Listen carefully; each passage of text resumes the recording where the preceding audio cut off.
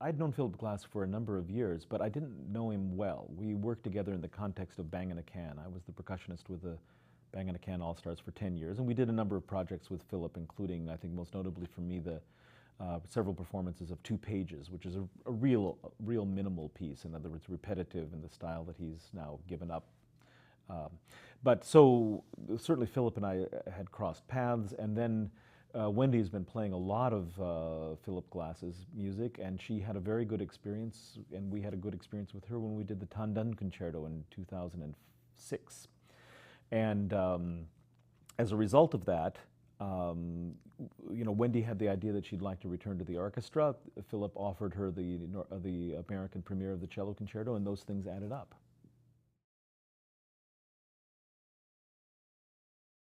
This is music that has, you know, blood and guts, and, you know, it should be, it's a living organism. And so we you know, the wonderful thing about pairing it with classical music, of course, is that we see a piece by a composer who's living, who can be there. You know, we see the birth of a piece, really. And so, you know, in terms of being reverential, I think that, you know, with any piece of music, you get in, you get your hands dirty, you start working on it, and that's, of course, what we did.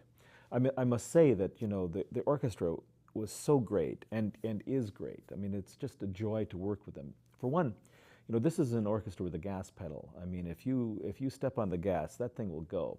And the musicians in that orchestra, you know, put everything, their heart and soul, into these performances. So when we came to play Philip's piece, you know, this wasn't an orchestra, you know, punching in the clock and then looking at their watches and thinking, okay, when can we leave? This was an orchestra that would do what it took to make the piece work.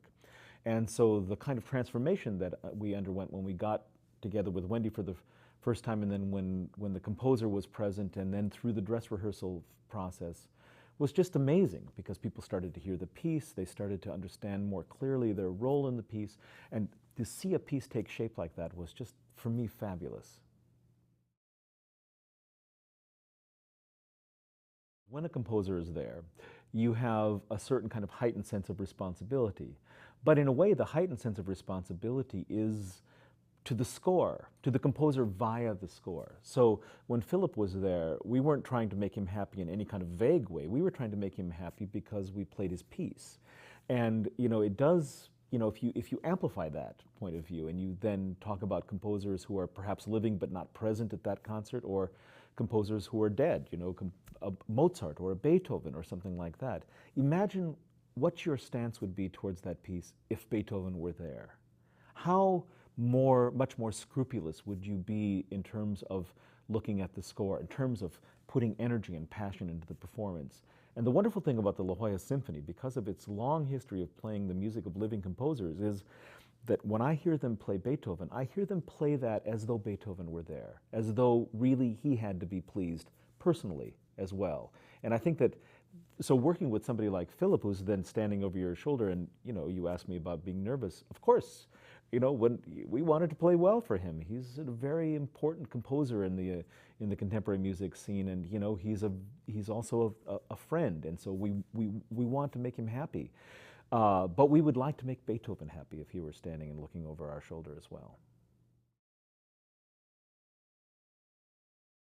You know, that my training is as a percussionist, and so, which to some people seems like an unlikely avenue that might lead to conducting. But for me, it really seems appropriate, because as a percussionist playing contemporary music, I have played almost all of my life with the music of living composers. Yet when I was a child, I remember wondering, I mean, this is an odd thing to say, I suppose, but I'd known the music of Bach and of Brahms and of Mozart and Beethoven, and it occurred to me at some point that they were all dead, and I remember wondering whether or not composing was more dangerous than anybody had ever thought. And so, you know, I came as a sort of, you know, from the studies of music in high school and in early college, thinking of composition as something that, you know, happened in the past, to a life in contemporary music where it was clear that composition and music was something that happened in the present. And so one of the things that I'm happiest about with respect to the first season that I have with La Jolla Symphony and Chorus is that in every concert we'll have a living composer. We have Philip Glass, and we have Ingram Marshall, and we have Chinnery Ung, we have John Luther Adams, and we have Kwaju Lin. And each concert will have a person who will be present and will hear their piece, in some cases for the very first time. And this to me is symptomatic and emblematic of what I love about music, and that it is something that we can, the birth of which we can experience, that we can share the joy in something that is being created. We can see the embryonic forms of works of art that will come to be meaningful to generations that will outlive us. And we can see the fact that music is not something that exists in a museum that you dust off, you know, for concerts, but that's something that's living and breathing and among us.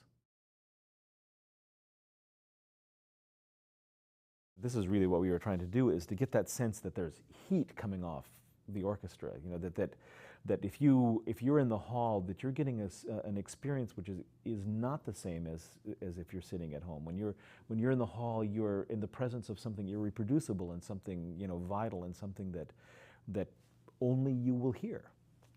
I mean, we use recordings and we need them, and you know, we all listen to them and everything like that.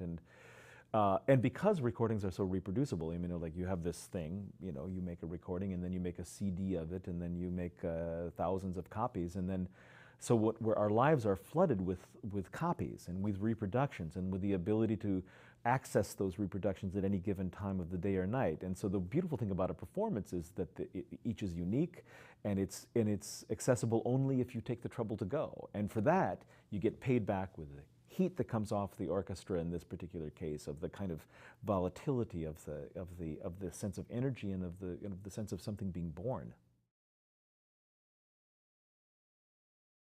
You know, we have this view of classical music like it's this sound that, you know, the music that you hear at Pete's, you know, sort of soft and in the distant background, and something that you're not supposed to listen to. I mean, that's not what it is. Get in there. You know, if you listen to a good piece of classical music played by good musicians who care, it's music that'll have its hands around your throat, basically, you know, shaking you. And you know, this is an electric experience if you're in the right spot.